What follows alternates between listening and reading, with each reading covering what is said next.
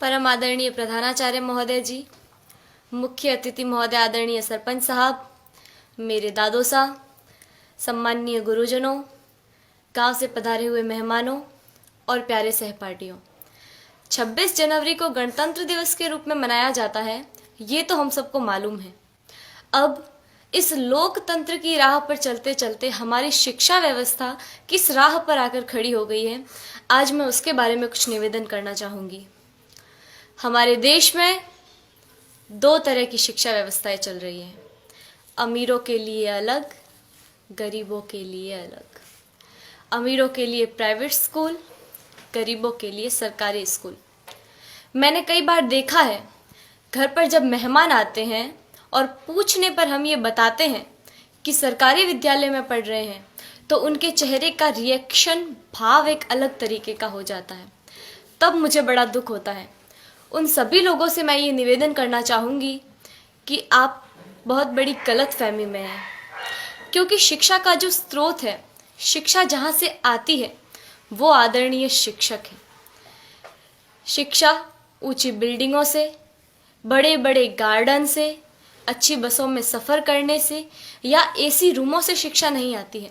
शिक्षा आती है शिक्षकों से, और वहाँ पढ़ा रहे सभी शिक्षक राजस्थान सरकार या किसी भी सरकार द्वारा आयोजित शिक्षकों को चयनित करने की परीक्षा में असफल रहे हुए लोग हैं, जिनको सरकार ने शिक्षक बनाने से इनकार कर दिया है।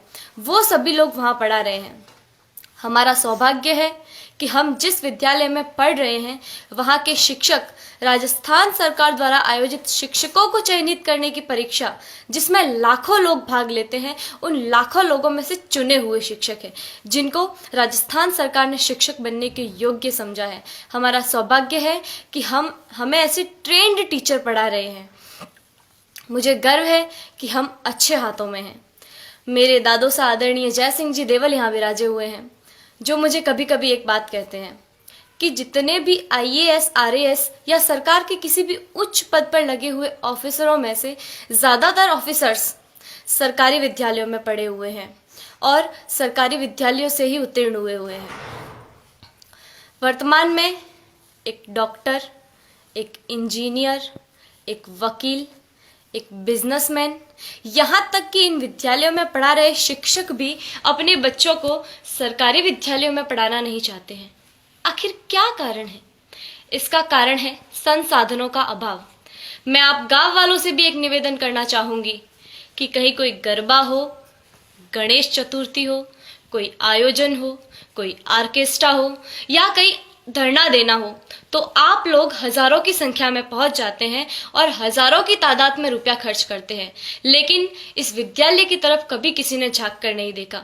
इस विद्यालय की ओर देखने का किसी को भी समय नहीं है। मैं आप गांव वालों से ये निवेदन करना चाहूँगी कि जितना जोश आप उधर उन कार्यक्रमों में दिखाते हैं, उतना ही जोश आप इधर इन विद्यालयों के लिए दिखाएं।